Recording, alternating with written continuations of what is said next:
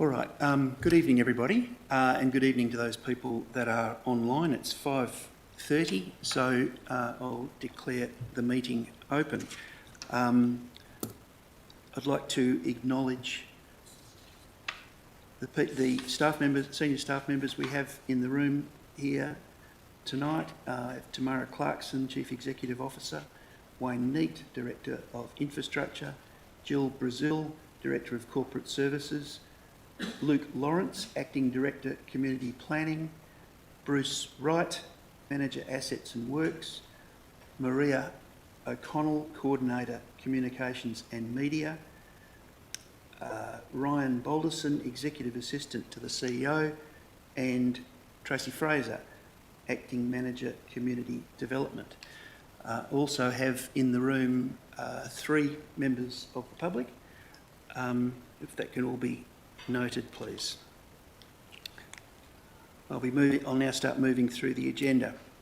So this meeting will be video recorded and live streamed on the Shire's YouTube channel, with the exception of confidential items and periods of adjournment as determined by the presiding member, which is me.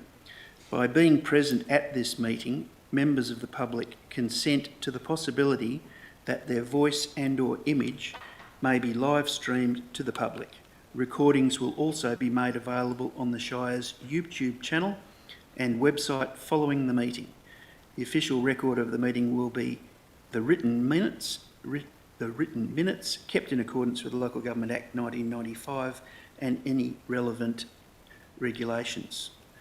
So welcome to those people online. Item 3 is the usual acknowledgement of country that we'll make. In the spirit of reconciliation, the Shire of Derby West Kimberley acknowledges the traditional custodians of country throughout the Shire and the continued connection to the land, waters and community. The Shire of Derby West Kimberley would like to pay our respects to the people, the cultures and the elders, past and present, and the continuation of cultural, spiritual and educational practices of Aboriginal people. I'll add my voice to that acknowledgement. Attendance via telephone, instantaneous communications, I think we have nil. Announcements by the presiding person without discussion. We do have some announcements that I'd like to make. My primary role as Commissioner is to stabilise the business of the local government of the Shire of Derby West Kimberley and prepare the basis for the next round of council elections in October. As many in the community would know, the Shire of Derby West Kimberley is currently financially challenged and probably has been so for some time. This will not be a new revelation for many. However, this underlying challenge has been exacerbated by the extent and impact of the Fitzroy floods and the associated funding arrangements, which led to significant cash flow problems. Addressing that cash flow problem was my immediate and urgent focus. Many will recall that I have already reported some significant improvements to that situation as a result of the combined efforts of senior DFS officers, key state government ministers, external financial advisors and of course the dedicated senior officers of the Shire. I have widely acknowledged them all already. All those people working in close cooperation and with purpose made a vital difference in a very timely manner. Much of what I've been doing over the last few weeks has been to that end, but improving a cash flow situation is only the first step to getting a position to commence addressing the underlying financial sustainability of the Shire of Derby West Kimberley's business. Tonight's meeting culminates intense work that has been coming along in parallel to develop a Shire budget that commences a process of building local government financial sustainability in the Shire of Derby West Kimberley. Again, I would like to formally acknowledge the small team of dedicated Shire staff who have worked with me and along with the Shire's external financial advisors to build the budget that I will be deciding on later tonight. In addition to this finance and budget focus, I have, since the last Council Commissioners meeting, continued to advance the interests of the Shire of Derby West Kimberley in meetings with Senior Department of Transport policy staff, KMS management, the Minister for the Kimberley, the Minister for Tourism, the Member for Kimberley, DFES Acting Commissioner and Senior Staff, CEO of Tourism WA, Senior Staff of DBCA, CEO of Kimberley Ports, Kimberley Development Commission Chair and Board.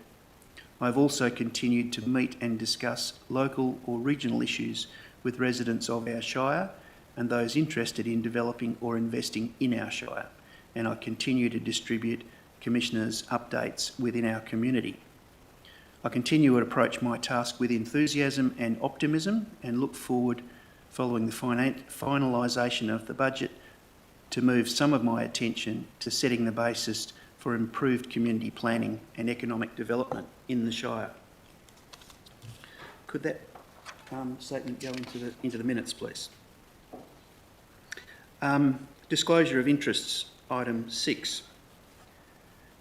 And I'll move straight through that. 6.1, declaration of financial interests, I have nil. Declaration of proximity interests, I have nil. Declaration of impartiality interests, I'll just highlight that I have already made 3 existing declarations which continue for tonight, and they are as a council member for the Shire of Wyndham East Kimberley and as a board member of 2 boards, the Goomela Investments Proprietary Limited and Woonan Foundation. If that could all be noted, please. Applications for leave of absence, I have nil. Responses to previous public questions taken on notice. I think that's nil as well, even though we do have some written questions for tonight. And we'll move into item 9, which is public question time. I have been provided with a couple of written questions. The first one is from Brett Engwin. Will the Commissioner be seeking to undertake a formal financial audit of Council's activities over the past 18 months? Is the first question. Is there anything you wanted to add to that, Brett? Right. So, and I'll answer them each individually if that's fine by you. So look, the first one, the answer to the first one is that it's not part of my appointment brief to do a special purpose audit. I wasn't appointed to do that. I am, however, looking closely at the background to our current financial situation, and that means looking at least 18 months and sometimes further beyond that. And some of that will be covered in an address I'm going to be doing in relation to the budget later on this evening. But I think the final point in relation to your question is that I'll leave open my options. I currently don't have a plan to do a special purpose audit, but I'll leave open my options. Your second question is, will the Commissioner be approaching the Minister for Local Government seeking a reduction in the number of elected members to Council and reinstatement of a Council elected President process? My answer to that is that that would require Shire of Derby West Kimberley being re-evaluated as a Band 3 local government, for which there may well be unintended consequences. I am regularly speaking to the Minister for Local Government, and I also leave open my options, but I have no current plan to be approaching her on that subject. Your third question is, could the Commissioner please provide an update on the status of the upgrading and repairs to the lights at the Town Oval? This is an operational matter. I'll flick to the CEO for an answer, please. Thank you. Through the Chair. Staff have been developing a business case and business plan to support the upgrade of those lights. Funding has been proposed to be included in the 25-26 annual budget to support a grant application for the CSIFF funding. This has been delayed. The funding opening times have been delayed, but the Shire will be ready to apply for that when the round is open. So we hope to be able to complete that project in the near future. Okay, I have another question here from Yolanda Lombardo. Nice to meet you, Yolanda. I'll catch you after the meeting. And the question is road condition at the Savannah blocks in relation to water supply and soil supply. It's not a matter that I've got an immediate answer for, so I suspect we're probably going to have to take that one on notice and get back to you. Would you like me to elaborate? Sure, if you have something else you can add to it. I've got a big voice, don't worry. No, we need it on the microphone. Thanks. I guess my question around it is that the blocks out there, the road, the Burrung Road that goes out there was really destroyed over the wet season.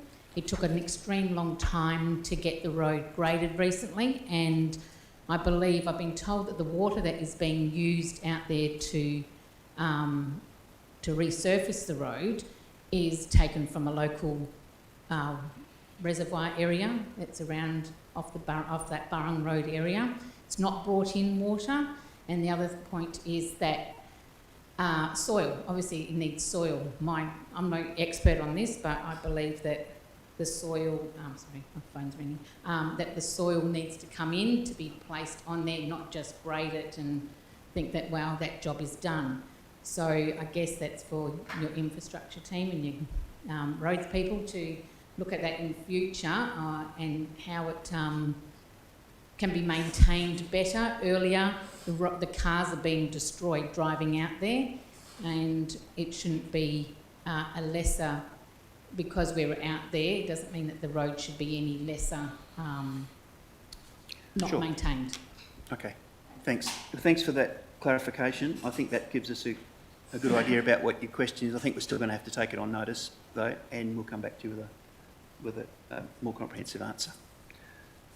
Okay, they're the only ones I have as written questions. Is there anybody else in public would like to ask any questions at this point? Nice to see you there. I hadn't noticed you there to start with. All right. Let's move on. Any public statements? Call for public statements if there's any. Nil. 10. Petitions, deputations, presentations and submissions. I have nil. Confirmation of the minutes of the previous meeting. So the minutes of the previous meeting are held on the 22nd of May in Fitzroy Crossing, have been posted on our website. I've been through those minutes. The recommendation I have in front of me is the minutes of the Ordinary Council brackets Commissioner meeting held at 11 a.m. 22 May 25 in Garryerley Adult Education Centre, Fitzroy Crossing, be confirmed. I will move that recommendation and declare it carried 1-0. Moving on. Corporate Services, item 12, Statement of Financial Activity 2025. So this report is a financial summary for the period up to 31 May.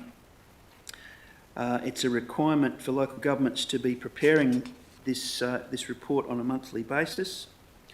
It monitors our financial operations activity and capital projects, and it seeks to keep an eye on risk associated with them. Excuse me. And I'll draw your attention to the going concern liquidity issue that was raised there, that's mentioned in this report. Is there anything, CEO, is there anything further you want to add to the paper? Right. I have considered the end of May report and I've looked through the matters that have been contained in it, particularly those that relate to cash flow and sustainability. And I note that our financial advisors, Moore, who we have some respect for and work very closely with, are identifying what they say is a high risk there in connection with the Shire's financial position. This is the end of May report, and as we know, some of that cash flow position has been dealt with to some extent between the end of this report and currently. So look, I'm satisfied with the report. The recommendation is that Council Commissioner receives the monthly financial management reports incorporating the statement of financial activity for the period ending 31 May. I'll move that report and declare it carried 1-0.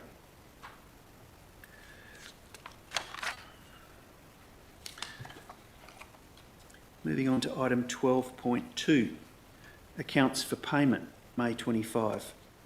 So this is a report around the accounts that have been paid under delegated authority. So CEO has some delegation to organise payment, but is required to report back on those payments.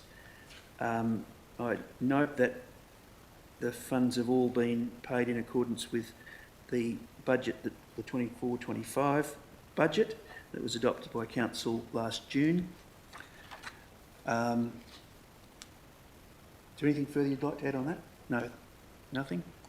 So I've considered the list of accounts paid under delegated authority. The recommendation is that Council Commissioner accepts the list of accounts for May 25 paid under delegated authority in accordance with Regulation 13(1) of the Local Government Financial Management Regulations 1996, attached to this report, totalling $3,083,564.89. I'll move that recommendation and declare it carried 1-0.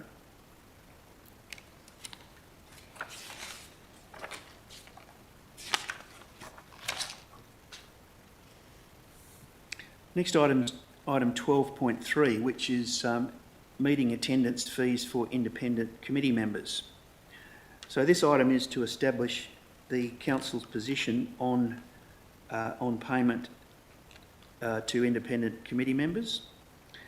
Those payments are in fact authorised through the Local Government Act, and whilst we only have one committee that might be impacted here, it's the Shire's Audit, Risk and Improvement Committee. The payments are in line, the proposed payments are in line with the SAT determination. There is a requirement for independent members to be sitting on the Audit, Risk and Improvement Committee. Shire wants to attract skilled people and reward them appropriately. I consider this to be a relatively small investment in achieving that aim, satisfied that the decision or the recommendation represents value for money. So the recommendation is that Council Commissioner, by absolute majority, determines that meeting attendance payment fees for independent committee members, as per the Salaries and Allowances Tribunal Determination number 1 of 2025, be set out as follows. Independent committee members' fees per meeting is set at 100% of the maximum permissible amount, i.e. $450 per meeting, and that the meeting fees are applicable from 1 July 25 as per the Local Government Amendment Act. I'll move that recommendation and declare it passed 1-0 absolute majority.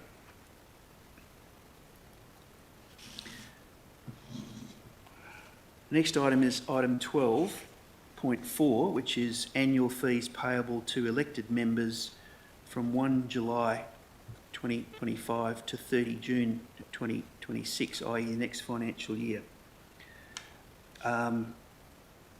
So again, SAT has made a determination, number 1 of 2025. These payments will be applicable for a new council and president following the October elections. They won't apply until after that. How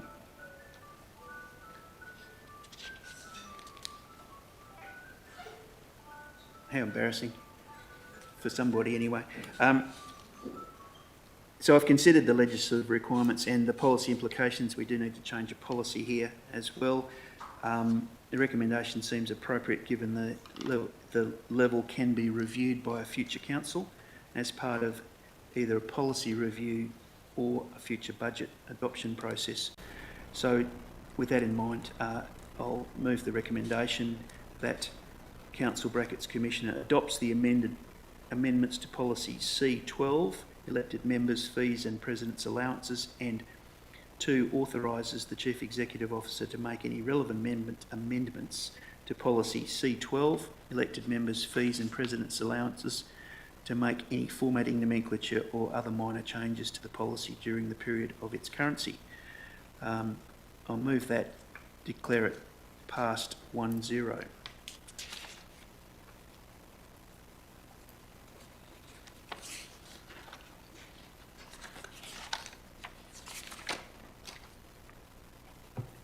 Payment of superannuation for elected members. So there's a group of items here that all relate to payments for elected members.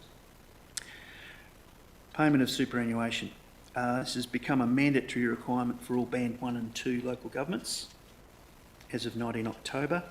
We note that this Shire is a Band 2 local government, so it's applicable. New legislation allows payment of superannuation contributions, and the reform that's been contained in that review aims to attract and retain elected members and encourage greater diversity across local governments. That makes sense to me. I think it's important that we make being able to sit on a council attractive for people in the community to be able to stick their hand up to be able to do it. So I think it's a highly desirable outcome. I've considered the implications and the objectives of the changes, and I think the recommendation is appropriate. So I'll move that Council Commissioner, by absolute majority, approves the payment of superannuation contribution payments to elected members from 19 October 2025 as per section 5.99B (2) of the Local Government Act 1995. 2, notes that superannuation contribution payments for elected members is payable with and at the same time as the remuneration paid to elected members. And 3, directs the Chief Executive Officer to make any relevant amendments to policy C12, elected members' fees and president allowances, to reflect the changes in legislation and the Council Commissioner resolution. I'll move that and declare it passed 1-0 by absolute majority. Okay, 12.6. I think this is the most significant of the items that we're considering this evening, and it's about the adoption of the 25-26 annual budget. I'm going to move through the budget, but I think it's important that I put some context on the table before I do that. So I'm going to make an introduction to this, which I'd like included in the minutes, please, CEO. This budget represents prudent management decisions and recognises the underlying structural budget problem that the Shire of Derby West Kimberley has had and probably has had for some time. The budget also sets the basis to move towards longer-term sustainability, which will not be achieved in 1 year, but will likely take 2 to 3 years to achieve. I also note that whilst Shire of Derby West Kimberley is not alone in facing sustainability pressures, they are for a number of reasons, or we are for a number of reasons, all already outlined earlier tonight, at greater risk in that area. In considering a budget for 25-26, it's worth making a few points, both to the community, but also as a signal or message to an incoming council in October. I'm likely to do this more formally prior to the elections in October. A longer-term financial strategy is required. With that in mind, I am committed to establishing the basis or foundations of that longer-term focus in this budget tonight, and B, drafting a 3-year financial plan that I would anticipate being able to approve before October. work is well advanced on that already.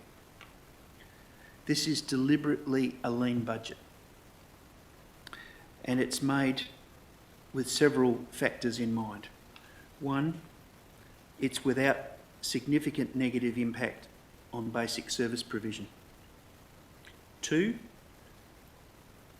it reduces the impact of debt and creates no new debt. And it's made holding downward pressure on rates that are at or near CPI, but recognising that inflation prediction in current circumstances is challenged by global uncertainties, not the circumstance that usually applies.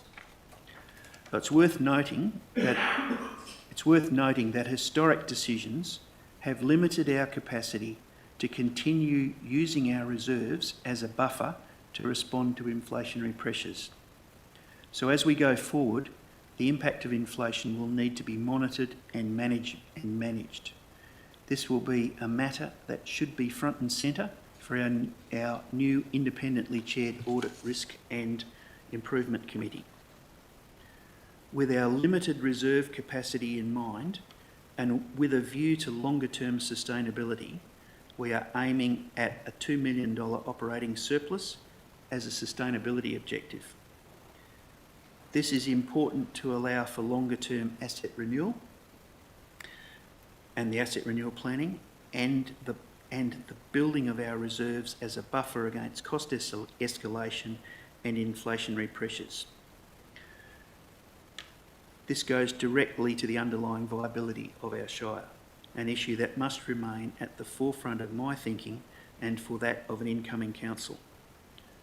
So with those matters in mind as context, I'll move forward to the adoption of the 25-26 annual budget. Okay.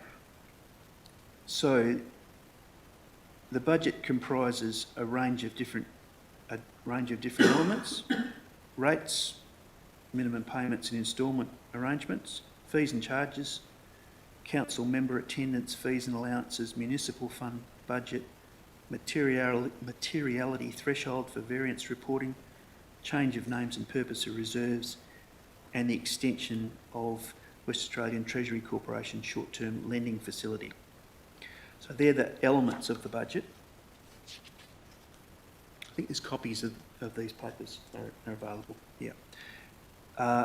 We have consulted extensively with More Australia on preparing the budget, and that's been workshops, face-to-face meetings, some more staff outposted at the Shire for periods.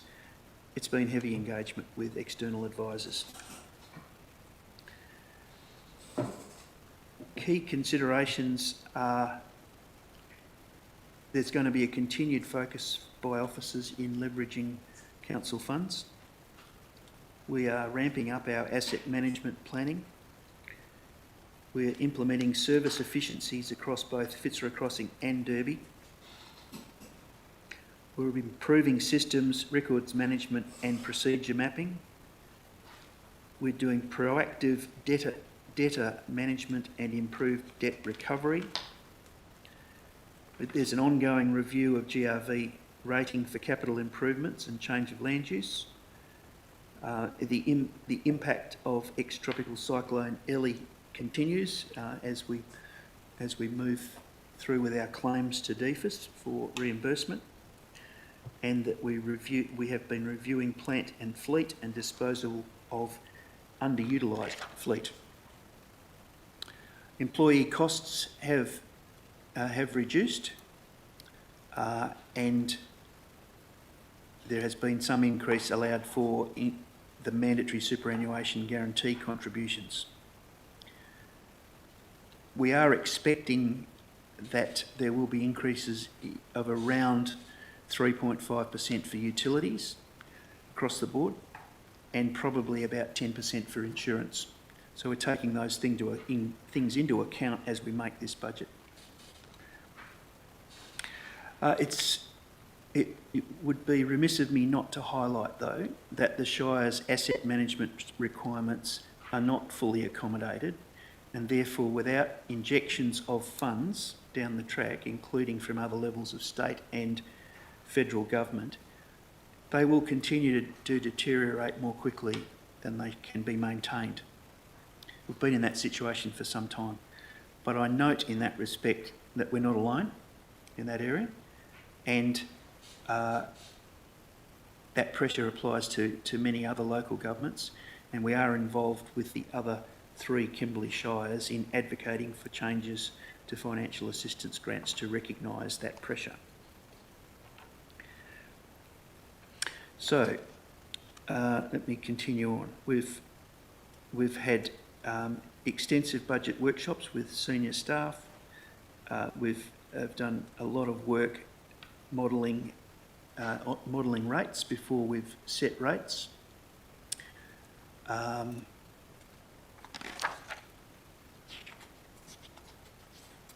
think we'll probably just go to recommendation here at this point, rather than go through that line by line. So, so I'm about to move the recommendation, which is long and complex. I'll warn you all now, because I've got to go through a range of detailed statements. But I remind the community about my opening address about the context within which this budget decision has been made to set the foundation for sustainability going forward.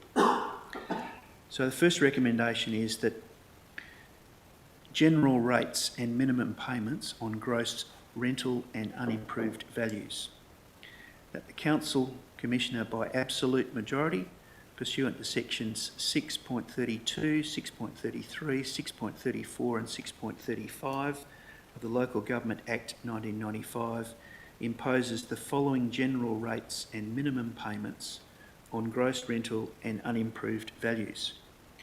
GRV, rate in the dollar, 15.07 cents in the dollar, with a minimum payment of $1,645.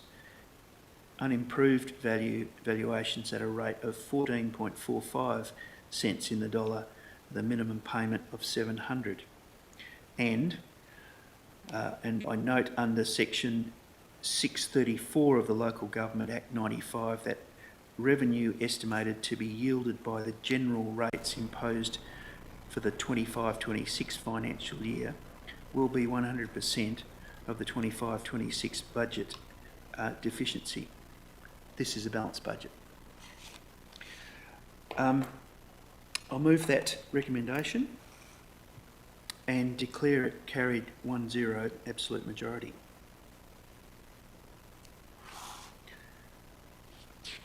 Second recommendation relevant to the budget is about instalment payment arrangements. And the recommendation is that the Council Commissioner by absolute majority, pursuant to section 645 of the Local Government Act 95 and regulation 64(2) of the Local Government Financial Management Regulations 1996, nominates the following due dates for payment of rates in full and service charges by instalments. So the rates notice issue date will be the 15th of July 25. Full payment due date will be 19th of August 25, or 35 days after the date of issue, appearing on the rate notice, whichever is the later, and provide for a 2-payment option. First instalment due 19th of August 25, or 35 days after the date of issue, appearing on the rate notice, whichever is later, including all arrears and half the current rates and service charges. And the second instalment due date is the 17th of November 25, or 2 months after the due date of the first instalment, whichever is later. We're also providing for a 4-instalment option. First instalment due date 19th of August 25, or 35 days after the date of issue, appearing on the rate notice, whichever is later, including all arrears and a quarter of the current rates and service charges. second instalment due date 20 October 25 or 2 months after the due date on the first instalment, whichever is later. Third instalment due date 19 December 25 or 2 months after the due date of the second instalment, whichever is later. And fourth instalment due date 18th of February 26 or 2 months after the due date of the third instalment, whichever is later. So I will move that recommendation and declare it carried by absolute majority 1-0. I'm required to read through all of these, so you'll get sick of my voice, I'm afraid. The third recommendation is in relation to other statutory fees for 25-26. And the recommendation is that Council Commissioner by absolute majority pursuant to section 53 of the Cemeteries Act 1986, regulation 53.2 of the Building Regulations 2012 and section 67 of the Waste Avoidance and Resources Recovery Act 2007 adopts a private swimming pool inspection fee of $78, B, fees and charges for the Shire's cemetery included as attachment 1, and C, the following charges for the removal and deposit of domestic and commercial waste. Here we go. Residential premises, the total will be 1,024. General waste service per week, which is domestic service, annual charge for a 240 litre waste bin collected weekly. Additional domestic refuse charges on annual basis will be a total figure of 1,155 for a service that includes an additional 240 litre bin collected weekly. Commercial premises, the annual fee will be $1,470 with a 240 litre waste bin collected weekly. Additional commercial refuse service charges will be $1,652 for an additional 240 litre bin collected weekly. And in commercial premises, the annual charge will be $1,155. What does that mean? Service day per week? Is that through the chair? So that means that if they have one bin and they want to get it serviced 7 days a week or an additional day, that's the charge for that day. Okay, that's as I understood. Okay, that's fine. So I'll move that recommendation as I've read out and declare it passed by absolute majority 1-0. The next one is Rates Payment Incentive Scheme Prize Draw for 25-26. And the recommendation is that Council Commissioner, pursuant to section 646 of the Local Government Act 1995 and regulation 26 of the Local Government Financial Management Regulations 96, adopts the following Rates Payments Incentive Scheme Prize Draw for the 25-26 financial year. And that is that a prize draw with a total value of $5,000 funded from the municipal fund to be drawn as follows: 10 prizes of $500 each. I'll move that and declare it passed 1-0. I'll just pause for a drink here. This must be riveting on the video. So the instalment administration for rates in 25-26, the recommendation is that Council Commissioner, by absolute majority, adopts an instalment administration charge where the owner has elected to pay rates and service charges through an instalment option of $21 for each instalment after the initial instalment is paid, pursuant to section 645 of the Local Government Act 95 and Regulation 67, the Local Government Financial Management Regulations at 96. I'll move that recommendation and declare it passed 1-0 by absolute majority.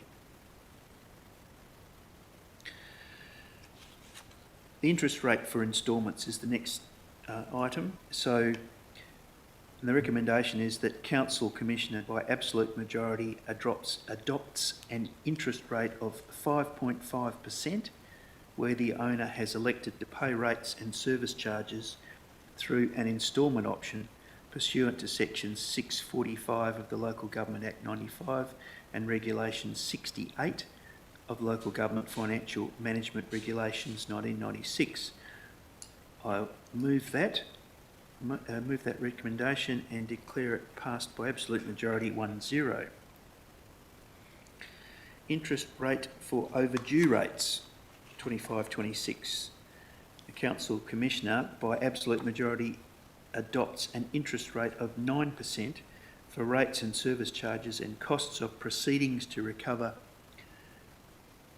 such charges that remain unpaid after becoming due and payable pursuant to Section 651(1) and subject to Section 51(4) of the Local Government Act 95 and Regulation 70 of Local Government Financial Management Regulations 1996. I'll move that recommendation and declare it passed by absolute majority 1-0. Administration fee. The recommendation is that Council Commissioner by absolute majority pursuant to Section 616 of the Local Government Act 95 and Regulation 67 of the Local Government Financial Management Regulations 96 adopts to impose an administration fee of $62 on any ratepayers who wishes to negotiate a rates special payment arrangement. I'll move that recommendation and declare it passed by absolute majority 1-0.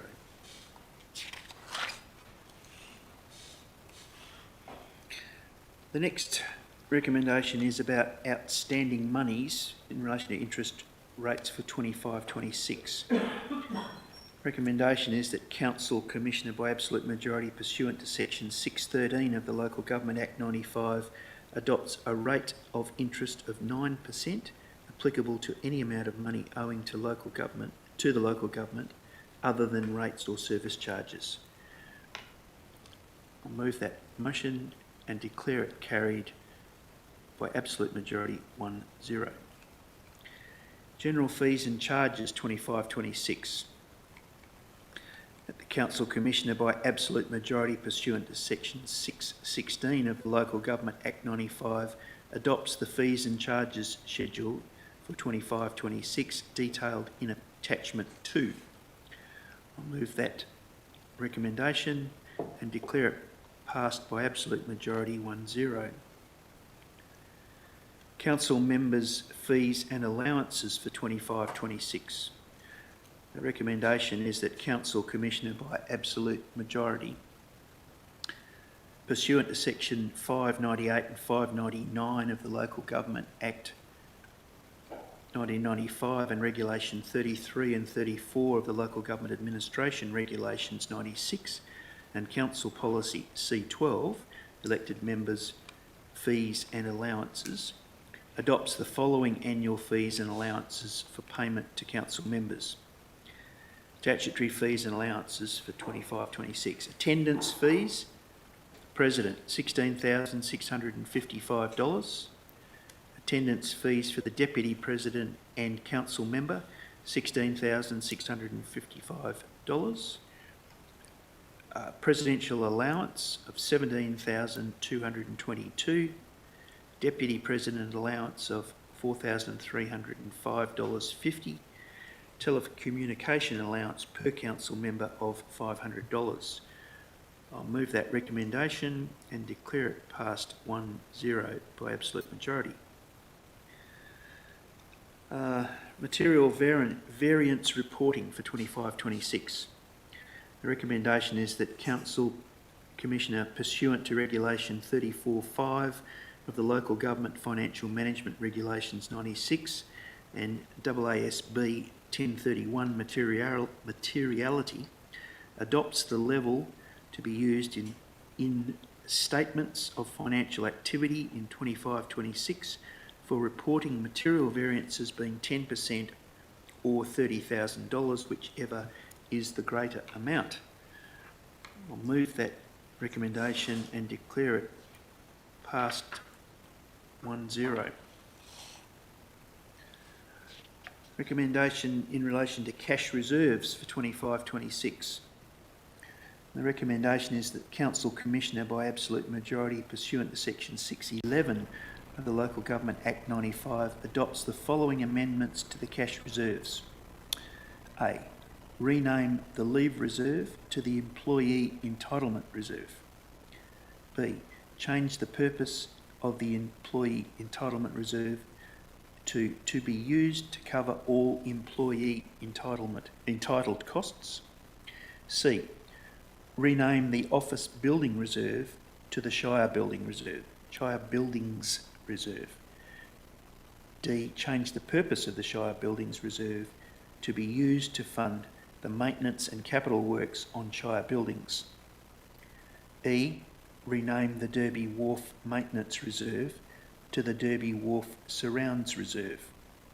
Change the purpose on the Derby Wharf Surrounds Reserve to be used to carry out improvements and maintenance in the Derby Wharf Surrounds. G. Rename Economic Development Reserve to the Strategic Planning Reserve. H. Change the purpose of the Strategic Planning Reserve to be used for strategic planning projects within the Shire. I. Rename the Fitzroy Crossing Recreation Reserve to the Fitzroy Crossing Buildings Reserve and change the purpose of the Fitzroy Crossing Buildings Reserve to be used to fund the maintenance and capital works on Fitzroy Crossing Shire buildings. And finally, K. Change the purpose of the Staff Housing Reserve to be used for the maintenance and capital works on and of Shire housing. I'll move that recommendation and declare it passed by absolute majority 1-0. Two to go, folks.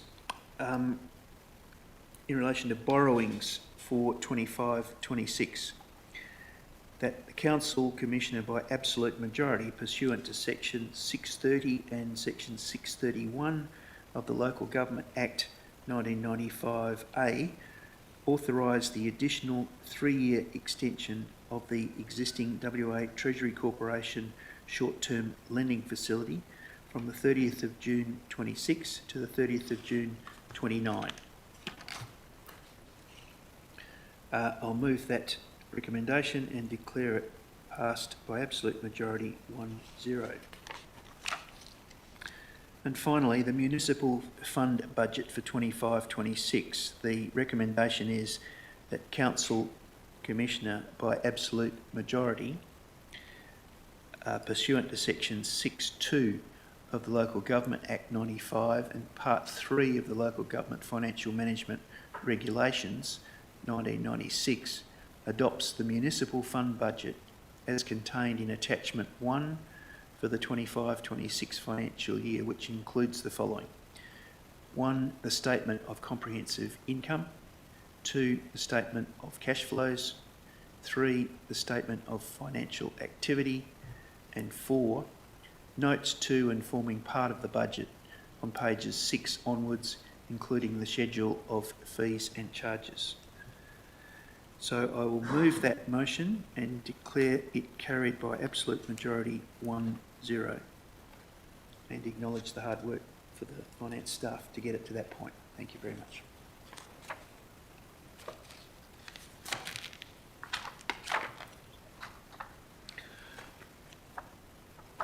So that's, I'm hoping that people will find that a very significant budget in the as for this Shire as we're going forward, and hope it does actually set the basis for sustainability that we're all looking for. So item 13, Technical services. So this is an award. 13.1 is the award of a tender for the Derby Playground Shade Shelters project. This is about supply and installation of permanent shade structures for 4 playgrounds in Derby: Bloodwood Park, Maddie's Playground, Nicholson Square and Lytton Park.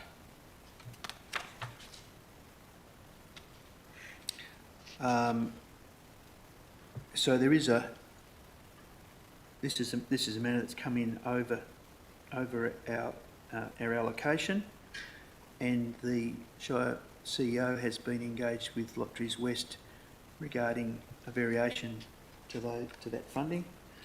It indicates here that you've got a reasonable level of confidence that funding will be forthcoming. Is that still the case? Through the chair, yes. Myself and the manager of project delivery met with Lotteries West last week to further discuss these projects and ensure that they were to be supported. Okay, thank you. So, noting that there's a high prospect that the additional funds will be available from Lotteries West, and that the decision that we're about to make is actually funding dependent, I'll move the recommendation that Council Brackets Commissioner authorises the Chief Executive Officer to seek additional project funding by way of a grant variation request to Lotteries West, and subject to Lotteries West grant variation approval, to award tender T11 24-25 Derby Playground Shade Structures to the Patio Factory, and authorises the Chief Executive Officer to sign a contract with Patio Factory for the delivery of the project. I'll move that recommendation and declare it carried 1-0. Hope that's good for the kids. So the next one is also an award of tender in relation to the Fitzroy Oval perimeter fencing. And this fencing is required to protect the reserve, but also all of the facilities that are located within that reserve. That's important because we understand there has been some vandalism, and that this fence is one of the ways of minimising that. There are funds available through the a grant from the Department of Local Government, I note, and there's been a comprehensive tender assessment process, and the recommended recipient of the tender is acknowledged to be well placed to deliver the project to a high standard and has the experience to do so. So I note that it's a funded project, and I note that the tender process has been undertaken according to the policy and that the successful tenderer has experience. So on that basis, I will move the recommendation that the Council Commissioner award tender T13 24-25 Fitzroy Oval perimeter fencing to ADD Business Group, and authorise the Chief Executive Officer to sign a contract with ADD Business Group for the delivery of the project. I'll move that recommendation and declare it carried 1-0.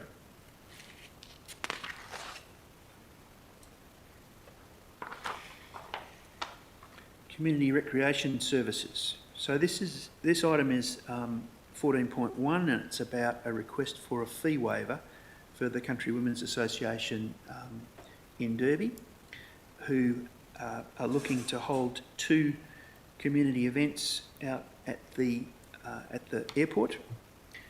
One being the craft show on the 2nd of August, and another being the flower and produce show on the 16th of August. Planning for that would have started well before the Shire made decisions about increasing the fees out at the airport, and I understand that imposing the fee on CWA is challenging for CWA to fund from their resources, and the request is that we waive the fee, leave in place the bond, but waive the fee. So, given the timing and the limited capacity of CWA to fund the new fee, and I think the value of having those community events in Derby, the craft show and the flower and produce show. I think they're both community building events, and we need to be supporting that. So I'll move the recommendation that Council Commissioner waive the hire fee for the use of the Airport Function Centre for the Country Women's Association, CWA of Derby, and the Derby West Kimberley Air Branch for 2 and 16 August 25, and notes that the $1,500 bond is applicable and will be refunded upon satisfactory completion of the hire condition, and note that the waiving of the hire fee does not set a precedent for future fee waiver requests. So I'll move that recommendation and declare it passed 1-0. That's item 14. Okay, so we now move to item 15, new business of an urgent nature. I have nil. And we have several matters now in item 16 for which the meeting may be closed. 3 matters, two dealing with a contract and a third one dealing with a contract and legal advice. So I'm satisfied that these are matters that it's in the Shire's interest to be kept confidential at this point. So I need to make a decision about closing the meeting to the public. So I will move that the meeting be closed for the consideration of 16.1, 16.2 and 16.3, and declare that is passed 1-0. So we'll need to move into that. So can I...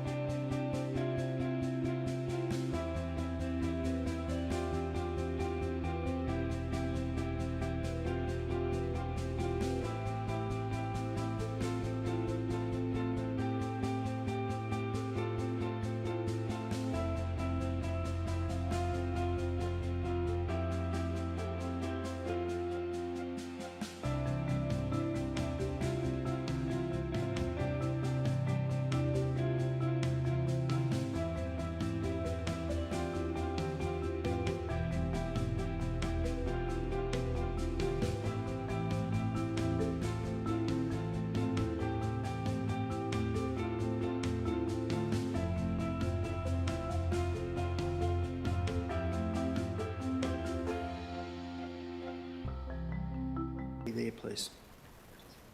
And to restart the video.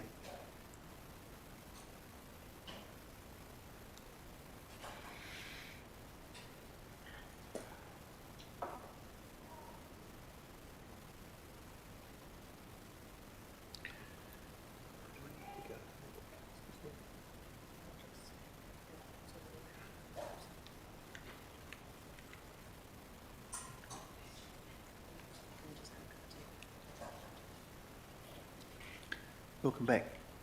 So we've reopened the meeting and we've dealt with three matters of a confidential nature. The outcome of those matters will be contained in the minutes. So the meeting's reopened and we note that we have one person in the public gallery, and this now is the last step here is for me to formally close this Council Brackets Commissioners meeting. And in so doing, I'll move to 17.1, which is that the next ordinary meeting of the Council Brackets Commissioner will be held at 5:30 p.m. Tuesday, the 31st of July 2025 in the Council Chambers, Clarendon Street, Derby. And with that notice, I'll declare the meeting closed at whatever time? 6:49. And thank you all for your attendance. And thank you those online that have stayed through this. Meeting closed. Thank you.